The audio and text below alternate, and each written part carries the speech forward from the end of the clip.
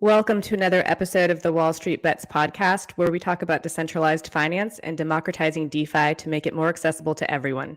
I'm Venus DeMille, and today we'll be joined by Wall Street Bets advisor and market analyst George Samman to talk about DAOs, or decentralized autonomous organizations, and the ways in which a professional analyst interprets market conditions.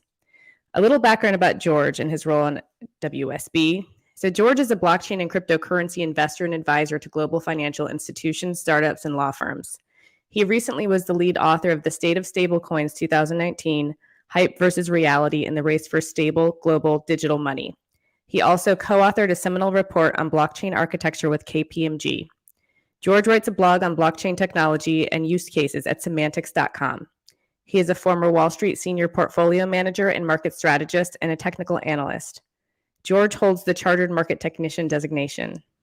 Welcome, George.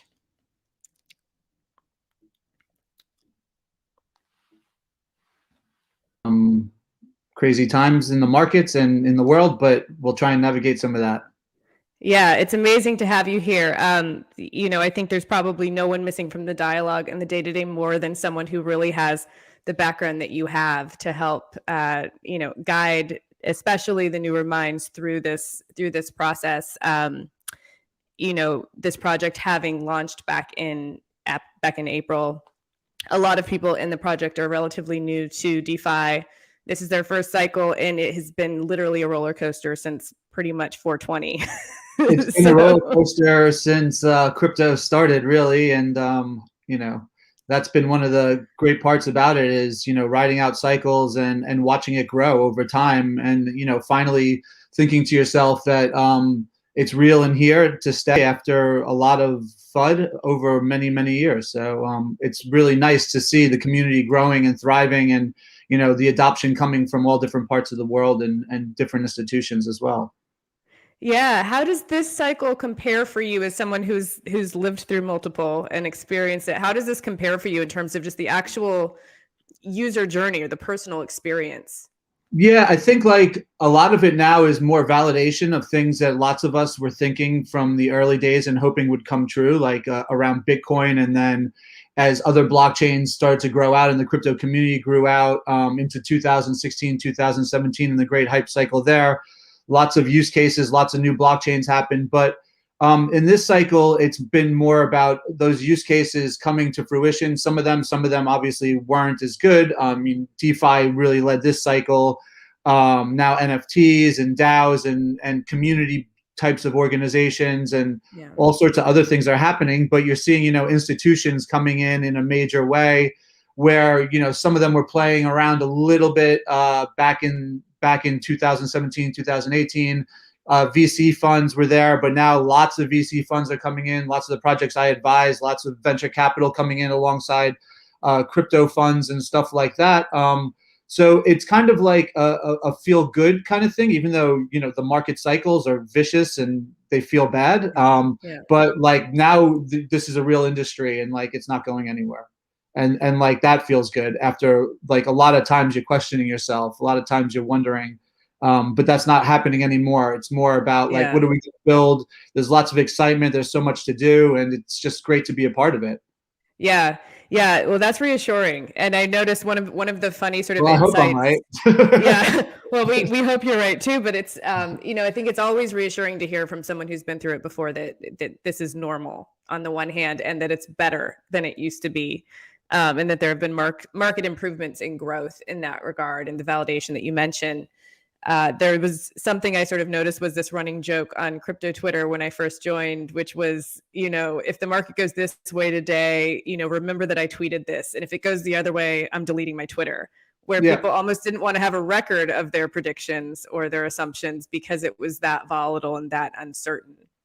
Well, this market in a lot of ways is very much driven by retail and leverage, and that's why a lot of these vicious moves happen so much. And you see it play out in Twitter just based on conversations people have and the emotional roller coaster of predictions and people trying to play the market, but on high leverage, and that always blows up over time, and with it, the market blows up as well. So in some ways, while institutions are coming in and starting to invest into projects and, obviously trading the coins and all that, there's still a very heavy element of immaturity in the marketplace. And things tend to break down in extreme volatility. You see exchanges going down, and obviously you see these exacerbated moves that are just you never get used to it. Even if you've seen it 20, 30 times, it's still just amazing to watch. Yeah. Now you're in Sydney right now. You're coming to us from Australia. I'm in London, but only briefly. What can you tell us about the local? We're both American. Yeah, both Americans abroad, which says a lot about this, the beauty of crypto, right? That we can even be where we are. What can you tell us about the local sentiment on the ground in Australia as it relates to crypto? What do people feel about it there? What do they know about it? How nascent is it versus, how much of an underworld is there already developing? It's talked about everywhere and anywhere, and there's tons and tons of projects that are being developed in Australia, particularly in DeFi. I'm advising a few projects. One of them is Handle, which is doing stable coins to in FX that are non-US dollar based, with the intention of being able to trade FX forwards and triangular arbitrage over time. So looking at all the different currencies that are non-US, basically in Asia. They're actually about to do a public sale on Tuesday. They've raised a bunch of capital from some of the bigger firms in the space, and you could go to handle.fi if you want to be involved in the sale. Another company I'm working with is YOLOX, and they're gamifying trading into the Metaverse. Amazing project built on Solana, which I think we're going to talk about a little later. We sure are.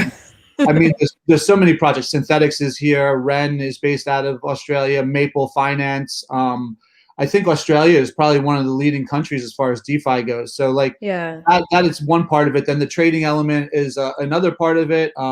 Lots of people, the meetups are always packed with people, lots of people getting involved. I think it's the same everywhere, right? It's like with all the hype cycles and watching prices rise, it just brings people into the space. And, everyone wants to get rich quick. Everyone thinks it's easy when the market's going up really fast, but it draws people in. Price rises are important, and these cycles are important for adoption. But obviously, you need to know what you're doing when you get involved, and not just go into these things that, yes, they'll rise, but they'll also fall just as fast as they rise. Yeah. Sorry, what? I was going to say, do you feel like you have a community of people there in Australia that are helping onboard each other into this space, and the veterans are helping to sort of raise the newer people up into it? Yeah, I mean, look, I think it's the responsibility of people in the space who have been in it for a while and have done really well for themselves to help people out and not be greedy around how they use their time and energy and share knowledge. I think one of the greatest things about crypto since I've been in it from the beginning is there's been this real knowledge share, and it's we all grow together, we all make money together, and that really has been a good spirit around it. But as more money comes in and it gets more competitive, particularly when it comes to capital raising and stuff, people tend to not share as much because there's a limited amount of space to get into deals and not enough capital going into the deals, meaning that the raises are smaller than they've been. So you get sometimes a lot of people who don't want to share deals as much, and there's greed. But overall, for me, it's always been about rising up with people around me and helping projects out and all that kind of stuff. And that's how I like to go about it. And I know a lot of the people that I know in the space for a very long time, we all try and help each other out and spread the word. Yeah, that's amazing. I'm happy to hear that that's happening on a global level as well. I've found that to be certainly the case in the US. And, it's not to say that it's that silo anyways, but I don't think that I would be near where I am without people having reached out and really personally said, let me help you with this. Let me help you understand this. And, there's actually this great community that originated in Australia that's now quite global. That's focused around Thorchain, because I think a lot of the Thorchain developers are based in Australia. Yeah, Thorchain's another one that's in Australia. Yeah. So it's great to hear that it's thriving there, and that the general sort of attitude towards it is positive. Yeah, 100%. And I think crypto has always been very meritocratic, right? Like anyone from any walk of life could kind of come in, and if they add value, they have become a part of it in one way or another, because it was such a new industry. And at one time there was scarcity of resources, and people came in, and in a lot of ways, and we'll get into it later, but that's one of the beauties of DAOs, is how people are working in them and how the community comes together, and anyone can participate if they add value. And I always found like crypto, and especially since the early days, like people integrated themselves into the community. They had beliefs in things, and they were given opportunities, and as a result of their convictions of like wanting to be involved, they got rewarded for it. And that's still going on, I think. And DAOs is the next instantiation of that, in my opinion. So it's interesting. So a lot of things have happened in the last week. In terms of the market, and there's a few things I want to touch on. Normally I like to do a readout of some of the market news at the beginning, but I think now that we have you here, we'll sort of do that together of just talking about what are the sort of top 3 things that happen, and what's your interpretation as an analyst? How do you look at this? How do people understand, with a little bit more fidelity than what might be in a headline, what all of this means and why it's not necessarily bad. But I want to start with the obvious thing, which is Solana. Solana has been having this incredible run over the last several weeks. I think it's reminding people of what a bull market feels like. It's reminding people of the meritocracy you mentioned, when something comes along and solves an actual problem, and, has a really strong community behind it, and is starting to get a lot of earned awareness around it. And then suddenly, I think, what was it, 400,000 transactions per second, and there's a massive outage. And I think it took people a minute to kind of like gather what was even happening. What did happen with Solana? Well, look, I mean, I think the devs are still going through it to find out what exactly happened. And, speculating on it is going to be a bit difficult now, and I won't do that. But what I will say is that this isn't something that should be surprising, especially with blockchain technology and new technology. So I've been thinking about it a bit, and like there's something that has been in the blockchain space for a while called the blockchain trilemma. And basically there's these 3 different sides, and you can only have 2 or 3. And the 3 sides are, one is decentralization, one is scalability, and the other is consistency. So if you sacrifice decentralization for scalability and consistency, you can have one type of blockchain, etc. So you sacrifice one piece for others. And with Solana, it's not decentralized, right? It's able to have this high transactional throughput and lots of consistency. So look, blockchains break, and it's an experiment, and when you get this a massive amount of transactional volume that comes in, the consistency of the system can sometimes break down as well. I mean, it's still really in the early days of the Solana blockchain, and I think like what happened was this massive amount of transactional throughput happened all at once and all of a sudden, and something broke down within the consistency of the blockchain. So this stuff happens, and like it happens with other blockchains as well as happened with lots of like in different ways. So I think like how we have to look at it is that like new technologies are just that, very new, and there's going to be glitches in them, but the breakthroughs that they're causing, and the fact and the testament to the fact that so many people are moving to Solana blockchain should say something about what its use cases may or may not be, and just the fact that people are moving to that from Ethereum and other blockchains. A lot of people have been speculating about Ethereum lately, and high gas fees, and transactional problems as layer 2 comes into effect in a bigger way. I mean, even Arbitrum broke down the same day as Solana, and that's the layer 2 solution, one of the layer 2 solutions for Ethereum. So like things break in the early days, and we have to give them a little patience and stuff. But like really, it's more just about experimental technology. And I'm interested to hear what the devs are going to say around what exactly happened. Yeah. And if you're a developer looking to build on Solana, does this discourage you at all, or does it actually make you feel a little bit more bullish to see how quick the response is and how quick the recovery time is? Well, I'd say that like developers are probably going to want to wait and see for the official response from Solana as to what exactly happened and if it is going to have major implications for the blockchain and for different blocks in the past of what happened. So um, I'd say like probably more people will come to the Solana ecosystem, but I think people are just going to wait and see to make sure that it's not a giant problem that's going to cause problems going forward as well, and maybe change some of the history of the blockchain itself as well. Right. So there might be a little bit of hesitation or uncertainty over the next couple of Potentially, weeks. Yeah. potentially, it just depends on what comes out of what they say. I'd say.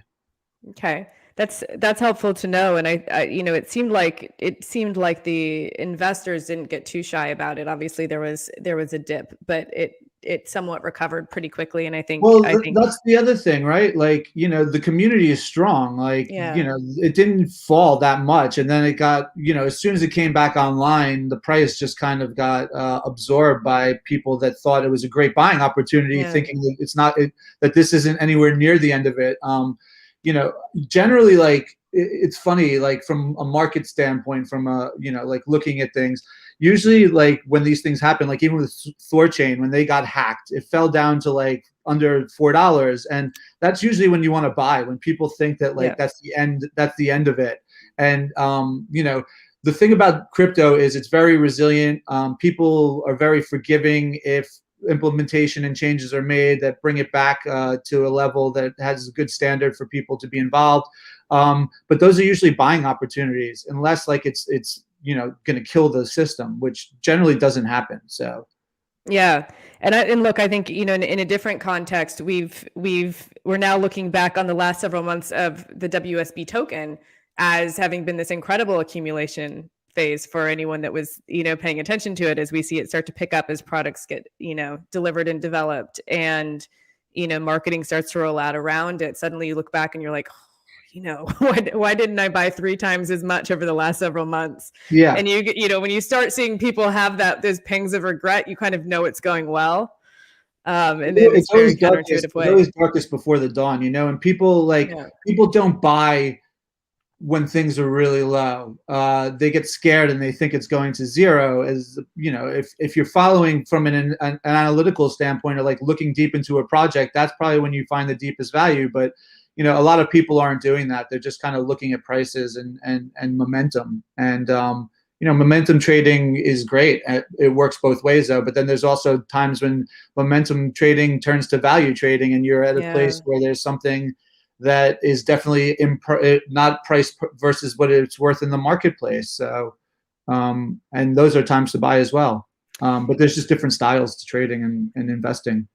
Yeah. And I think probably, some of the best advice someone gave me early on, a seasoned trader as yourself, said, because he saw me trying to take whatever I was willing to invest and spread it across the 25 new projects that I was super excited about. And he said, it's really hard to invest in a bull market. It's much easier to invest in a bear market when everything's on the floor and you have time to really do the research and understand the projects. But when you see things popping off left, right, and center, and you start going chasing after things, after they're on their climb, it's a really, really tricky strategy as an investor. Yeah, chasing is probably the thing that gets people into the most trouble and blows them up the most as well. I'm not a day trader. I will chase momentum from time to time, but over time, I've become less of a trader in this space and more of an investor, to be honest with you. Obviously, that doesn't change how I view the market and the analysis that I do. It just means that my time preferences and the things that I'm investing in are more on a longer scale, and really I'm going into like seed and private rounds and investing there more so than trading more liquid tokens, unless I see things that are completely undervalued or look like they're going to go on a big run. So I think like you have to figure out what works for you, and like the thing with trading in this market is you have to be attached to the screen 24/7, because so much happens. Like moves are so fast and exaggerated, and particularly if you're using things like leverage and stuff like that, you can't leave your screen. So I mean, I trade basically only spot. So Yeah. that I don't have those. I can sleep at night and I don't have those issues, and I'm very happy with what I'm doing and all that kind of stuff. Yeah. You have a much more relaxed probably state. I Well, tried, as much as you can be, but yeah. just be better a bit.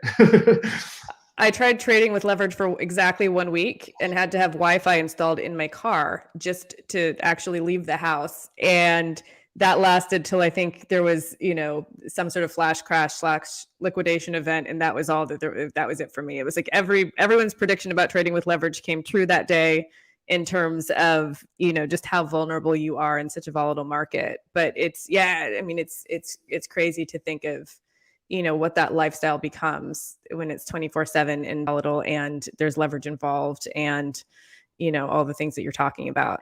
And human emotion. Yeah. And All of those things. Yeah. Yeah. And, look, I think also because you also mentioned you're investing in a level of, seed rounds, private rounds, which are not something that's necessarily available to everyone, especially new investors. Can you give a little bit of context in terms of what it takes to be invited into those rounds, how that happens and how it works? Is it a matter of, having the capital and having the relationships? Is it, participating in a community from an early stage? So both really. Having capital and relationships, obviously has been a massive benefactor to why I can do that. I've been in the space since 2012, fostered lots of relationships, worked on many projects, and know a lot of people. So, I get the benefit of through my networks of being able to invest in projects. Obviously you need capital to do it. There's generally minimum amounts that you can invest, but also, like I was saying before, there's scarcity too. So a lot of times people are clawing and fighting each other to get into these rounds because, like, as opposed to 2017, 2018, where there was like super big raises, hundreds of millions of dollars, a lot of the raises now are pretty small. Okay. And they give projects a smaller valuation coming out of the gate, which gives them a better chance of rising in the market, as opposed to outrageous valuations that you can't even grow into because you're already there before you even start. So that's one thing. But then also, like, being involved in communities, like, for example, advising projects gives me the ability to work with lots of different projects, help with partnerships, and reach out to different investors to come and get involved, and sharing deal flow always becomes a thing as well.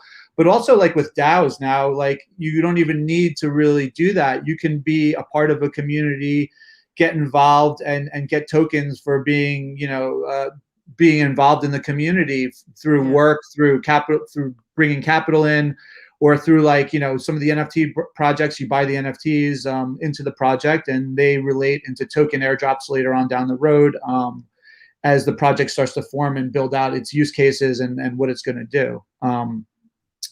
One project I'm involved with is called Degenerates, and they have this thing called the Laser DAO that they're building out. I'm helping them to build that out. And the project started with, like, it's about DJs and club life and all that. And, they had an NFT airdrop, and if you minted NFTs, you get to be a part of the token drop when it comes out, which will be, relatively soon. And other projects just following the same model. And the premise of the project is based around, like, building out the ecosystem with live events, DJs doing events, art, all sorts of different things. And if you own some of the NFTs, then you actually get to participate in the airdrop. But you can also earn through being a part of the community and working on the project, and all sorts of stuff like that. And lots of these projects have giant Discord groups where there's so many smart people that are just sitting in there, and they just believe in the community and in the project, and they have a shared common belief, and there's an enthusiasm and excitement around it, and people can, through that way, get into tokens as well and stuff like that. Yeah. So it sounds like what you're saying is that, being early, participating in the community, whether it's contributing time or investing in various ways, is really how you get in at the ground floor of something, as opposed to chasing the green candles that we see popping off, Yeah, I week mean, after look, week. But it's slower. It's slower, and it's more capital intensive in the sense that, like, generally when you're investing into projects, you don't get your money back straight away. It takes a while, yeah, and then it's vesting over a time frame which can differ from project to project, as opposed to, it all depends on your capital preferences and what you can have liquid and not liquid, and how you want to participate and in what way. So yeah, it's just different based on different factors for an individual, and his risk yeah, preferences. yeah, and the time horizon of how long he Yeah. wants to be in that market.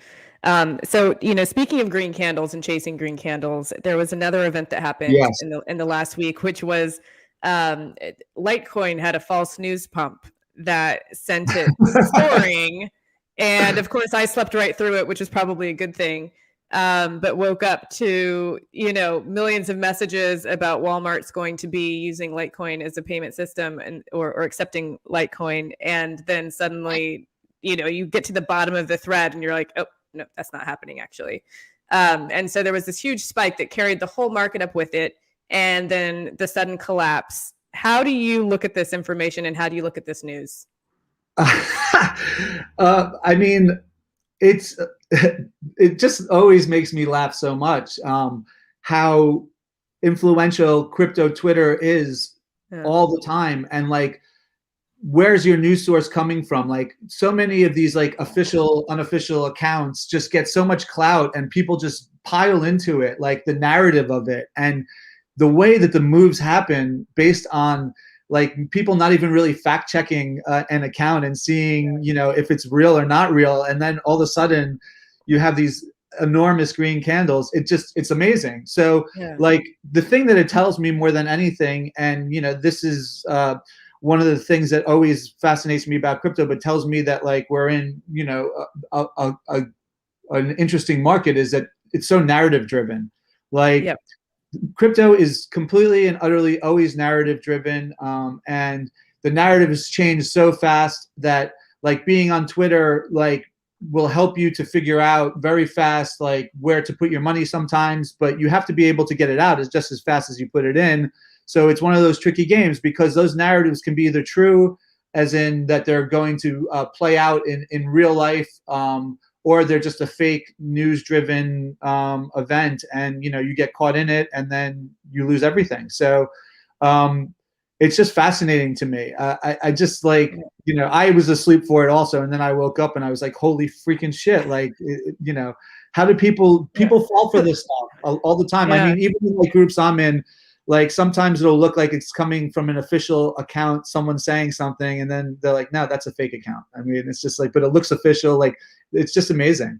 Yeah, and it feels like in the absence of having a really bona fide news organization. I mean, there are some wonderful outlets. There are some wonderful crypto news outlets, but I think we're not yet in the state of having whatever that sort of official newspaper or channel of record is, to where we have those fact-checking armies, and we have those research teams that are really vetting this stuff out. So everything just feels very fleeting and very sensitive. And I mean, on the one hand, I wonder if it means that being able to look at something like Litecoin or Dogecoin being adopted as a payment system on the heels of Bitcoin is not the thing that's going to really move the market in a certain direction, that there's such an appetite for that and such an anticipation for that. Yeah, yeah.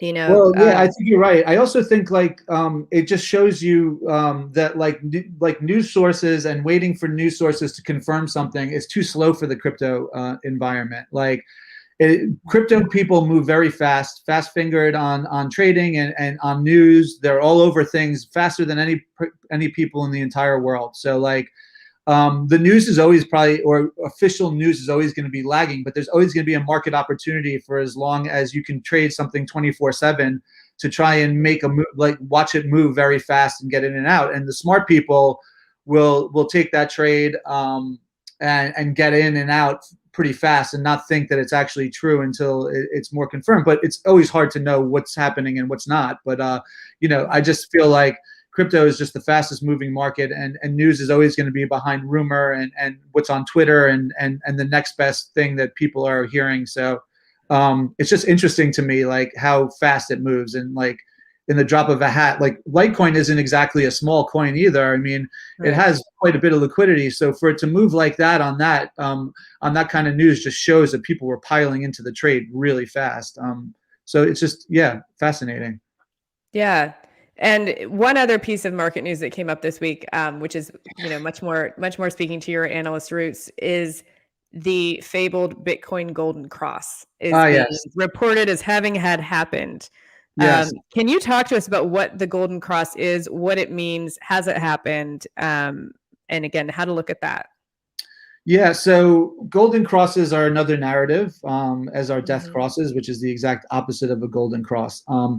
So a golden cross is basically when a smaller moving average, generally the 50-day moving average, crosses above the 200-day moving average. And it's generally a sign that a market has gone from some kind of bearish posture or neutral posture into very bullish posture. The problem with moving averages, though, and golden crosses in general is they're lagging indicators. So Okay. by the time they happen, a market has already moved in one direction or another generally. So basically with this golden cross, it's been slowly moving toward this for a while now. And it would have happened regardless of whether the market had decided to go up now or not. So what I mean by that is, if you remember last week, we were up around 52K and the market all of a sudden shit itself and we had that really big down move. I think that was like 3 or 4 or 5 days ago. Yeah. Yeah. If the market Woke had up to that too.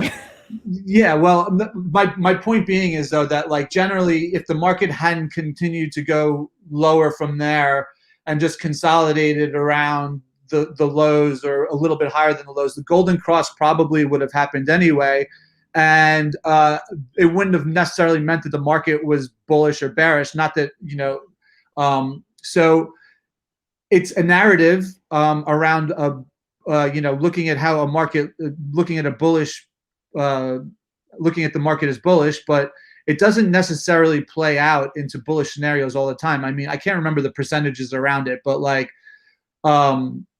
it doesn't mean that we're going into a raging bull market per se. Right. Right.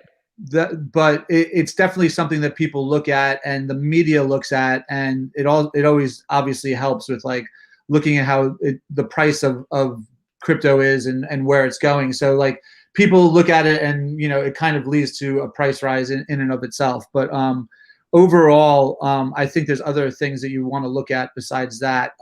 It's more of a media driven narrative in my opinion. Okay. And, I think the counterpart, of course, the technical analysis is, sentiment is, what is the emotional sentiment of this market? From an analyst point of view, when you're approaching something, let's say, you walk into a room full of a dozen people who are on day 2 of crypto and they're saying, tell us what the current sentiment is, like, tell us what your current take is. Are you using a combination of technical analysis and consumer sentiment to make that assessment? How do you generally, arrive at a point of being able to convey what the current sentiment of the market is? Social media usually is the best way to look. Wow. And it's been interesting to me that the sentiment has been overridingly bearish over the last few weeks. Even though we had that run up and then the market came down a bit. Obviously, look, I'm not using analysis as much as I used to, but I will say that I do look for bullish sentiment within the bearishness of it. So what do I mean by that? I look for divergences in prices and stuff like that when the market falls and whatnot, to kind of get a directional view of where I think the market's going. And while there's been a lot of bearishness that formed over the last week, you start to see a lot of hidden bullish divergences in the indicators and stuff like that. My personal view is that the bearishness that we've been seeing has been basically through Twitter and whatnot, but that overall I think prices continue to go up and that the market is still in a bull cycle. And over the last day or so, it seems like the market started to come back a bit. Now you're starting to see DeFi finally rally after a very, very long period of consolidation. Yeah. So I think like, like it's interesting because like usually when things look pretty bearish, the market seems to go the other way. But yeah, I think Twitter, the sentiment on Twitter, sentiment in chat groups, stuff like that generally is where I look to see, what's going on, and then try and see if the market's telling me something different from what people are. Yeah, which is great to hear as well, because again, that's a tool that's available to pretty much everyone, right? In terms Yeah, of it's there. But the thing is, like, with looking at sentiment and sentiment indicators, is that you have to trade like the way to really trade them a lot is contra to the sentiment. Because when things are extremely bearish, you probably want to get bullish, right, and et cetera. And the other way around too. And it looks like everything's going to go up, and people are talking about prices never coming down again. That's probably when you want to sell everything. So like obviously those are extremes, but even like within market cycles, when you're in a bull market, like when it gets bearish, if you're still in a bull market, that's when you want to be buying and getting bullish again, is because the cycle is still going to go in a bullish direction. So you always got to be looking for that kind of stuff and kind of think about it. So the trading strategy is somewhat counterintuitive to the assessment of the market sentiment. Well, obviously you want to see the trade, like you want to see like indicators that you're looking at kind of align with a bullish backdrop, even if it's like bearish sentiment coming out from people, right? So because it can be bearish and the indicators are bearish, which means it's probably going to go a lot lower because it's just going to be a waterfall cascade of people getting out. So yeah, I mean, you need to look at it from both ways as well, and you can't just like use your emotions and your gut. Obviously, like that's the whole point of technical analysis, right? Is that it's a way to navigate. It's a tool and a chart so that you can kind of like come to a conclusion around things based on something more than your emotions and fundamentals. Yeah. Incredible. So we have a new subject that we want to introduce to the Wall Street Bets community, and something that's really, you're starting to get a lot of buzz around this. You're deeply familiar with this. It's new to a lot of people, I think, especially people who have been sort of trafficking in the BSC space and spaces which, again, is move very quickly. A lot of the projects don't necessarily sustain over time. But something called a DAO, something called a decentralized autonomous organization, these are suddenly kind of being brought into the forefront in the same way I'm finding. I mean, NFTs are a whole sensation unto themselves, but in terms of really starting to understand some of the trends and some of the edge cases of this cycle, I'd love to jump in with you and have you really break down for the everyman, why are DAOs so buzzed about right now, and what are the brass tacks of what they are and the implications of what they mean? Yeah, look, I think like the thing with DAOs is, and every time someone asks me this question, my answer sort of changes a bit because it's morphing very quickly, and because as more and more people are creating DAOs, the definition of a DAO is changing with it. But at the core of it, and look, there's different DAOs for different types of organizations as well, and just like what they're trying to achieve by building out a DAO. But for me personally, like a DAO is basically a digitally native organization that allows for its participants who have some kind of core belief to come together. And they don't need to be local. They're geographically distributed by the nature of the internet to govern a project and create a project that they all kind of believe in and like think it has value. But the thing with that is it's community driven in the beginning, but it needs to have economic value over time as well. So when you think about a DAO, there's some key areas that people talk about that you need to know, like when you're forming this. So, I wrote a paper on DAOs called, it's called DAOs, the governance layer of the Internet of Value. And really what that means is that it's a way for communities to self-govern and self-organize and have a self-emergence. And in doing that, like the community itself takes control of the project and builds it out. While there are leaders and key people involved, the community, like I was saying before, like anyone can be involved, and anyone who can add value comes in and can, really participate in it. But the areas that I look at are like, how does it work? Like you need transparent. One of the things that it has more than anything else is transparency. And that's in the treasury and in the wallet and how the wallet's managed. People basically can vote. They vote based on, there's different ways to vote. Coin voting is very popular at the moment, but people are shifting away from that because it leaves people who have large economic amounts in the project sometimes aren't involved heavily in the project. Okay. To have too much of a weight in the voting. So that's changing and stuff like that. But it's all about like how the treasury is managed, which is transparency. So like where the money flow is going. So like basically by allowing people to vote, they can participate in, if the DAO is involved in investing, it's a wisdom of the crowds. The crowd can invest into different projects. They all decide which ones to invest in. If it's like building out some kind of specific use case, there's grants involved. So what's a grant do? It allows for people who are part of the community or have some kind of proposal to build economic value on top of the project to propose something. And the community can say, yeah, that sounds great. Let's let those people build this app on top of the project or whatever they want to do, or let's fund this so that we get more exposure.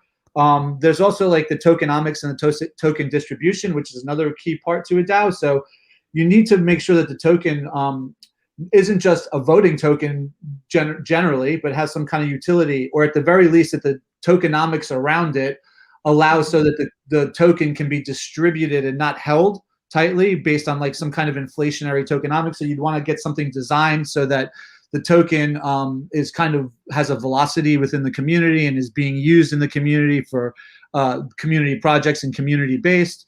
The DAO should have some sort of a manifesto, which is like, who are we, and what do we believe in? And that's really where it's like the come together point of the community. So, these are more from an organic standpoint.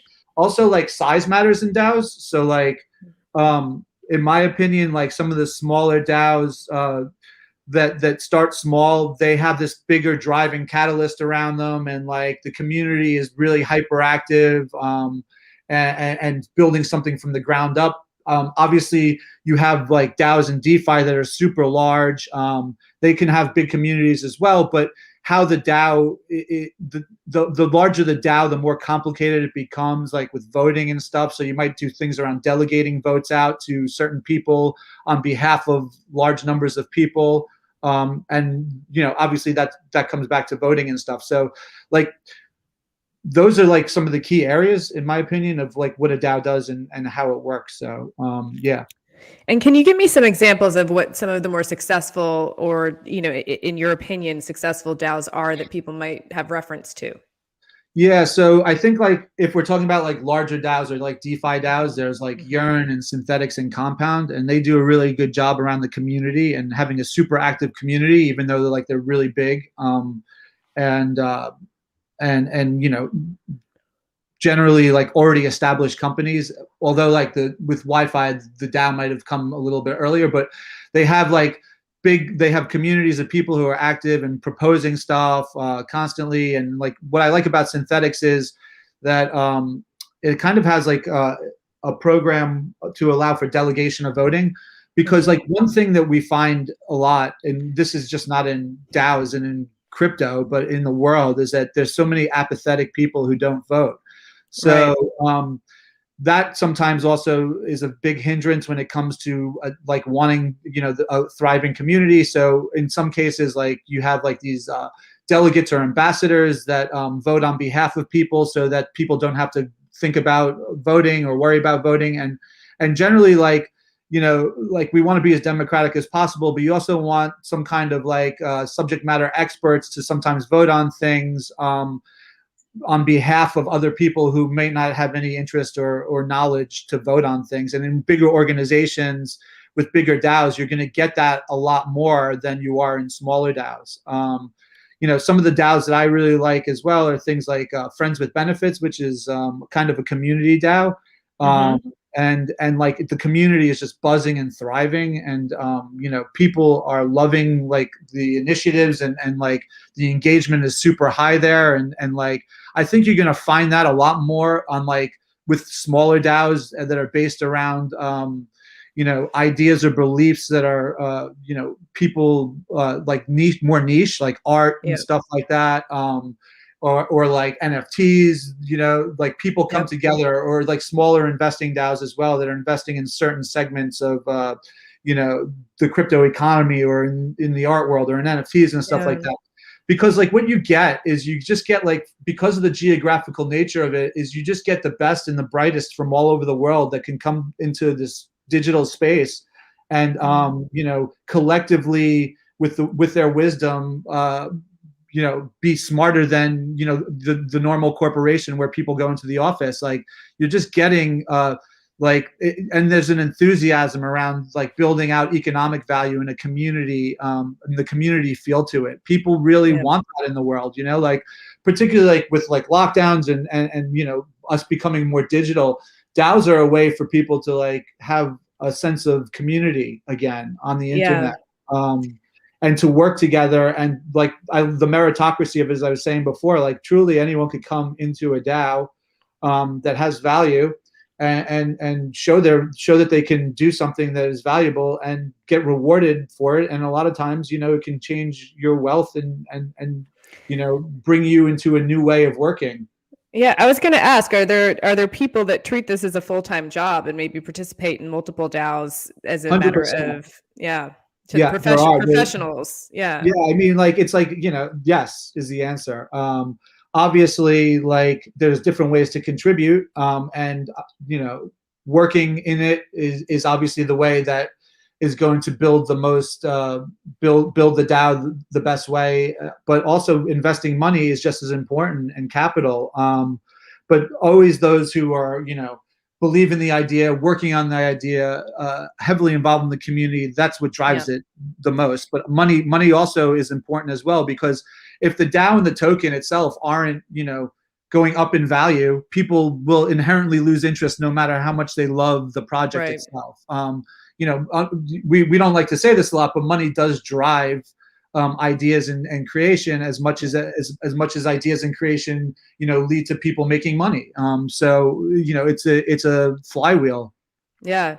And another trend that we see forming, in this cycle as well is metaverse gaming. And, NFTs starting to play more of a utility in terms of metaverse gaming, and DAOs also starting to play more of a role in this as well, which I think is starting to bring a lot of these fundamental utilities of DeFi into a space that the general public can maybe appreciate and understand more, because it's creative and it's starting to mimic more things that they're exposed to in the real world, even if they haven't been exposed so much to stocks and trading and investment portfolios. Something that I think everyone can relate to is gaming. Yeah, I think like we're going to see over time that everything kind of goes into the metaverse in our lives. I mean, trading, like I said before, I'm working on this project YOLOX, and they're gamifying trading into the metaverse.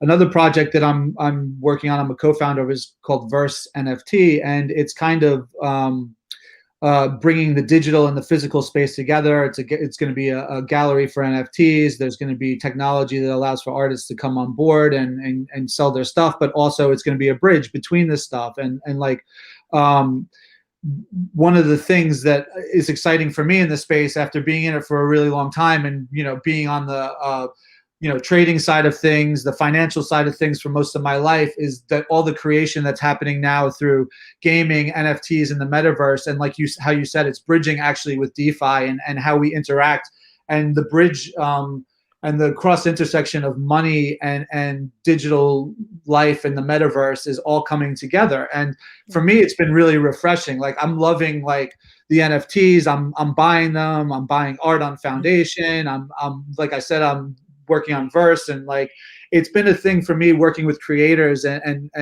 really creative people that has been like, it's kind of given me a breath of fresh air in the space. And DAOs, and like obviously there's going to be DAO components to a lot of this stuff because it's communities, and communities now for the first time aren't local anymore. They're digital and they're international, and they're geographically dispersed, and that is just so amazing because it allows for such different ways for us to form relationships, but also to form like capital formation as well, and then also group formation and the DAOs that are being built out of it. So yeah, I'm pretty excited about where the space is going, and yeah, it's great. It's good. I mean, it's great for me as someone who spent so much time in the weeds on like the finance side of things and whatnot. Yeah. Well, thanks for filling in the contours, because it's, as we sort of like edge deeper and deeper, we're watching all of this stuff unfold and emerge in real time. And I've got one more question for you that's going to sort of bridge nicely out of this. And then we're going to bring in Meow Meow with some of the community questions. And again, if you're out there in the community listening, feel free to write in your questions. We're gonna get to those in just a second. But you have experience in the past of advising institutional investors in crypto. I think what's interesting, as you said at the top of the show, that this is the cycle and the year in which institutions have really come into the fold. They're a new X factor in terms of the market cycle, the market movements. And, I think there's something that's somewhat, unrecognizable from past cycles. What do you find, when you're thinking as an institution, what are they looking for? What are the things that they're trying to understand? What are the forms of guidance that they're asking for? And what are the types of projects that they're interested in? Because we notice certain things like, algos obviously starting to pick up again. And I think that's always been perceived as something of a very safe, much more stable project than some of the more sort of nascent edge cases. Yeah, look, I think a lot of it is hinged, to be quite honest with you, on regulatory clarity for them as well. Like, a lot of them want to play in like the DeFi space, but they need like things like AML, KYC. They need institutionalized custody and stuff like that, which is coming in. I mean, you can see projects like Aave are already on top of that and doing that. So for them, it's like getting, better regulatory clarity from the institutions in the U.S. and whatnot. But like I can tell you this, like the interest levels are as high as they've ever been, and they're buying, trading tokens in it. But to actually actively participate in the DeFi ecosystem, I think that's coming next.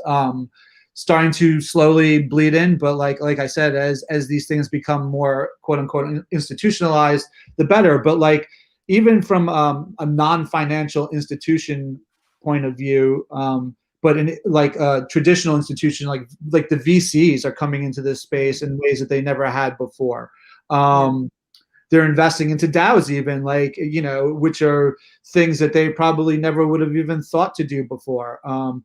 Like from my experience, like a lot of the projects that I'm advising now, like traditional VCs who I dealt with in the past, like from like a fintech perspective, not from a crypto perspective, are now actually, change their mandates and the LP structure of their companies to allow for investing into tokens in projects. And like, I didn't even think for a long time that a lot of these projects were actually, VCs were actually even doing that. So, it's showing that like it's all coming together, and that the adoption cycle is here, and that basically if you aren't involved, you are left out and you're left behind, and it's becoming, I guess, financially irresponsible from the standpoint of their clients and the returns that they want to achieve, that they do not get involved in crypto. So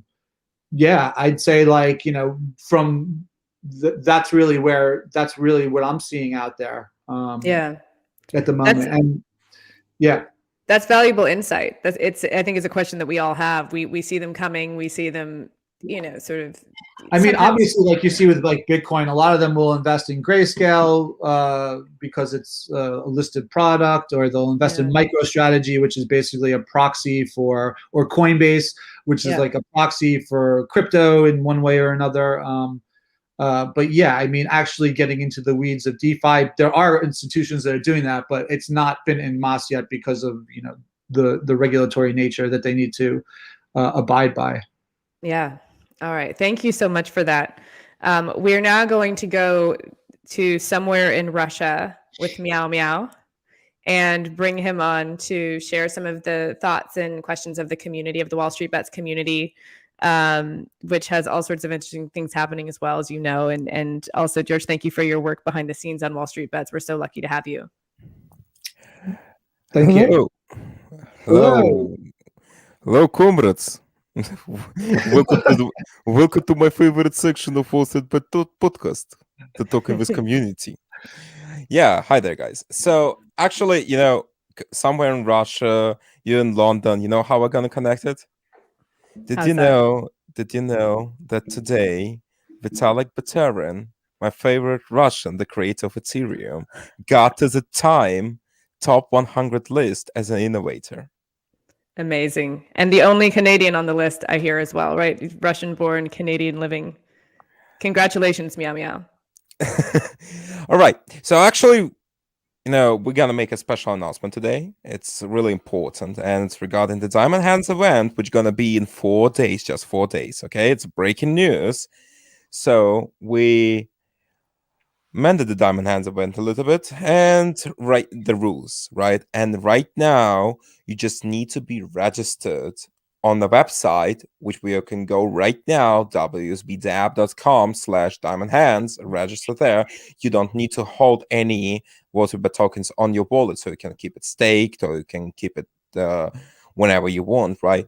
But right now, everyone can get to it, and there is no problem with that. That's just breaking news about that. That's a special announcement I have.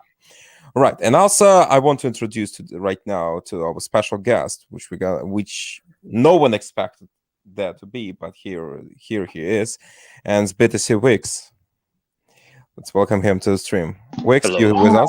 Hello. How you doing? Actually, I guess there's a rocket launch about to go off, so I mean, perfect timing. T-minus 7 minutes. Perfectly in time for anything WSB related. Just want to step in. I guess on the serious note, I would just say glad to see George, hear from George. I apologize if I missed some of the earlier commentary, but obviously Mr. Gensler from the SEC was quite active today. We don't know where that's going to go. I know there's basically two camps in terms of some people think his commentary, signals the end of everything, some doomsday scenario. I'd say DeFi is going to keep pushing on, keep pushing boundaries.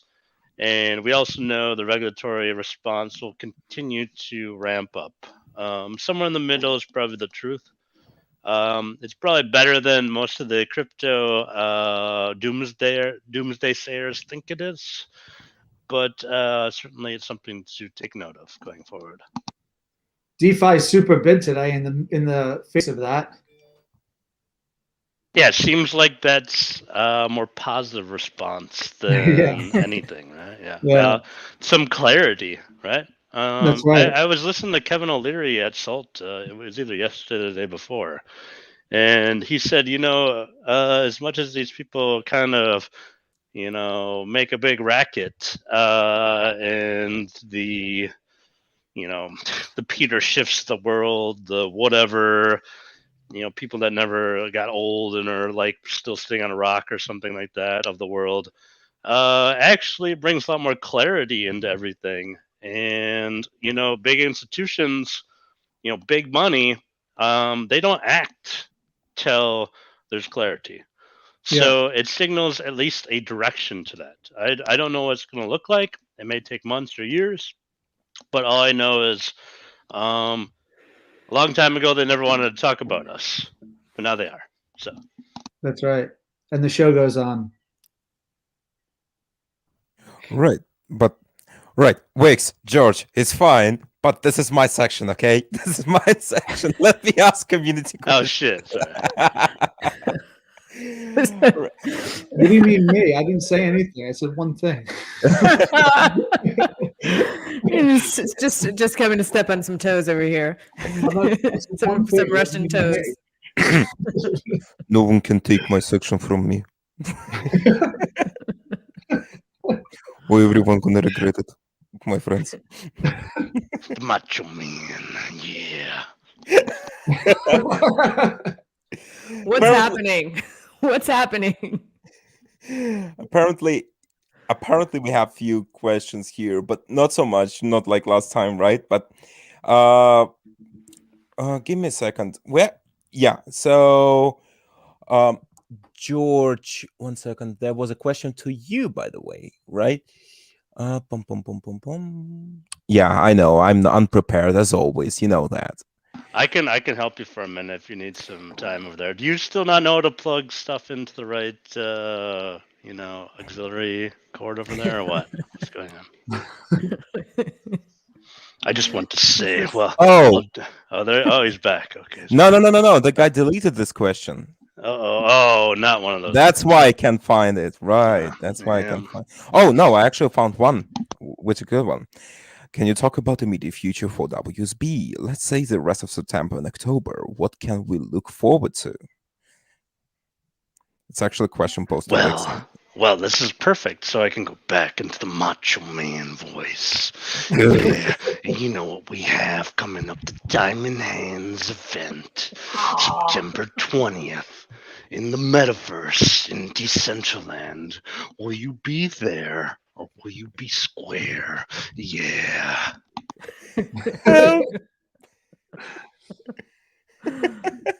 This was unexpected. Yeah. Wonderful. I'm glad I didn't have to do that. George, we forgot to prepare you. Just with this one. I did a lot of practice with this one. You know how I can call it? No one expected Spanish acquisition. Yep. Right. What else do we have? Yeah. It's actually more about partnership. People are actually suggesting us the partnership and all the stuff. So, meanwhile, I can't ask them because it's basically showing another project. So, Wix, can you tell a little bit more about Diamond Hand events? Because people want to know what we're gonna be. So I will say I'm not entirely. I don't know all the details yet. So. Some of it, though, obviously, the Decentraland and the Decentraland team has done an amazing and wonderful job of putting this together. I know there's been some issues with the email. That's been at least sent over to dev, the correct people. Hopefully that gets resolved. But we really want to make sure that all the people that want to come can come. We're not trying to be exclusive. There is an inclusive nature. We want everyone to get over there. I actually just today finally made my character and walked around and played in the casino and lost some money. But they are they're doing a great job with the event. Like we say, it's going to be on the 20th. We're counting it down. Jamie's going to give a keynote. There'll be some other little surprises going on. So I really welcome everybody to come to the event. I don't know if there'll be a crypto macho man there, but you just never know. You just never know. Just never know who's going to show up there. Rest in peace, real Randy. So yeah, I mean that's basically the details. And that kicks off to our not just Metaverse side of things, the whole NFT side of things on WSB. Are pretty much still being kicked off in and around that date. So everyone should come. Amazing. Also, I have, first of all, I just got a correction about the NFTs, right? So, yeah, you need at least like few tokens just to mint the NFT. Basically, that's how it says, right? And also, we have another question regarding the project and one question to George. So I'll give George to choose which one. Do you want another question to you or question about the ETPs? I'm sorry. You could just ask questions to me and anything about the project. The man is here, so you might as well ask him as well, BTC. All right. So let's go with that question. How does votes like in the ETP? If I'm not wrong, one WSB token counts as one vote, right? So that's a good question. Yeah, I mean that's Is that for still the me way, or? Sorry. that's still the way it goes. Yeah. Yeah. I'm not sure. I'm not trying to like skirt around the question at all. I'm just not quite sure the full length of the question. Yes, that's the way it's been. We've had, I think, at least 2 votes now. Definitely 2 votes for the ETPs, which people signed into the wallet and signed based upon their token holdings. So yes, that's the way it's been going. I'm not really sure where the rest of the question is going, but I hope that answers most of it. I think that's the question. Mm-hmm. I think it's yes. And George, actually, this question goes to you, and it comes in 2 parts, right? And says like creating entity in tax havens and blockchain havens, so get financial power for WSB community. So it's more like on your specific, since you were on Wall Street and all the stuff. You can answer this question better, I think. I'm not actually sure what the question is. The question asking where would you create a tax haven? And blockchain haven, I guess. and blockchain heaven. Look, I mean, look, that's not like the answer to that question depends. It depends. I mean, there's different jurisdictions, obviously, for creating tax havens, and it depends on what you're trying to do that. I mean, like the obvious ones are things like Caymans and some places in the Virgin Islands, stuff like that. But like, that's not real. Like, I'm not what's the actual question? I'm not really sure. Like, where would you create it? I'm not sure. People I'm not sure too. Okay, like people used to create things in Panama as well, but that the laws have changed there. It depends. It just depends on what you're trying to achieve and whatnot. Yeah. Just and as far as blockchain heavens go, yeah, I'm not sure. Blockchain is already heaven, in my opinion. Yeah, it's Valhalla. Yeah. Yeah. When you can't see the ground anymore. WSB Corporation, they say to us. Yeah. Well, I have a question just to close this out, which pertains to both Vix and George. Vix, as one of the founders of this project, we have some really illustrious advisors working behind the scenes, such as George. And, we had Django Unchained on last week. And what the more I speak to them, the more I'm just gathering the depth of expertise and specificity that they're bringing to this. We just, spend a bit of time talking about DAOs and also talking about how institutions look at projects like this. How, as one of the Wall Street Bets founders, do you engage with the advisors that we have and this pretty robust team that's behind the scenes? And, how do you, for instance, utilize George's unique skill set, which is different and distinct from Django's skill set, and so on and so forth? How is this all working behind the scenes for the community? Because this is a thing that comes up so much in terms of them wanting to have more visibility in terms of the behind the scenes of the project. Sure. Then we are looking at, not all of us are experts in all fields, right? So that's where the advisory role plays the biggest part, is bringing in people that have outside expertise and expertise that isn't maybe central to the core team, and being able to leverage that and progress, take the project further down the road than it otherwise would be. So whether it be George or Django, that they have a much different skill set than the rest of the team, and that's kind of that's the beautiful nature of Wall Street Bets, the project in general. I like to say all projects, but you want to be able to have that diversity component going forward. Yeah. To to see things that other people aren't going to be able to see, like that's really the biggest thing. Yeah.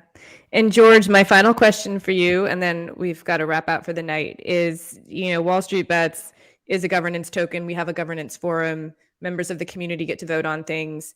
How do you, view this in terms of value, or how do you help the community understand the uniqueness and value of having this governance, which is not quite a DAO, not at this stage, but resembles it in many ways. No, I mean, not all governance tokens are DAOs, and obviously in the roadmap there is a DAO formation at some point to be made out of WSB, and obviously I'll be helping with that and whatnot.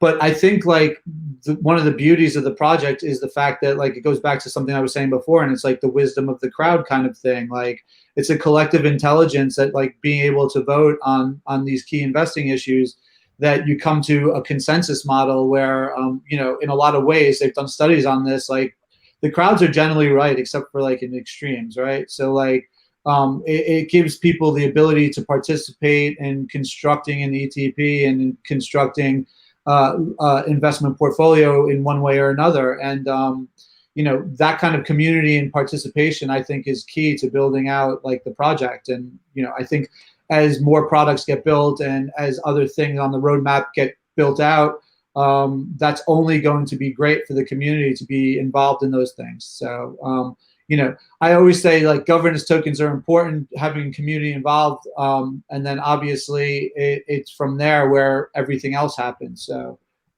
yeah. Amazing. It's been so wonderful to have you on and to understand the uniqueness of your expertise and to get your take on DAOs, and to also understand how an analyst might look at the market itself, and to understand how institutions are looking at the market. Vix, I don't know where that voice came from, but that was amazing, and I can't believe that you have withheld that from me for months now. Okay, yeah. It only comes out once. I'm actually a little bit late, but we have actually a good question to George. And community makes it easier to me because I want to talk about it a little bit. Don't you mind if I'll ask it?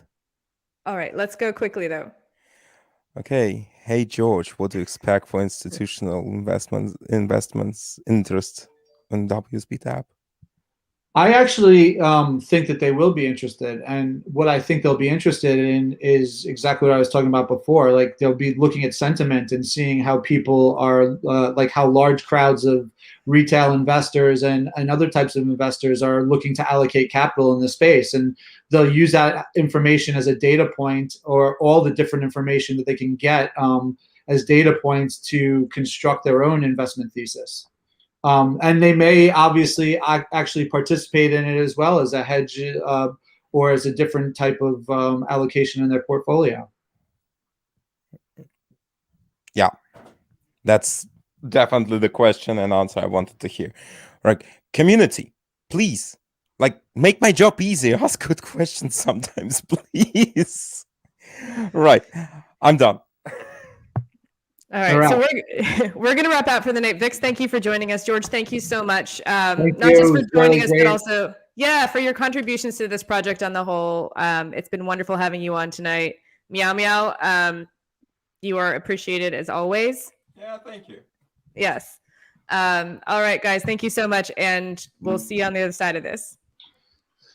Thank you. Bye. Bye-bye. Bye.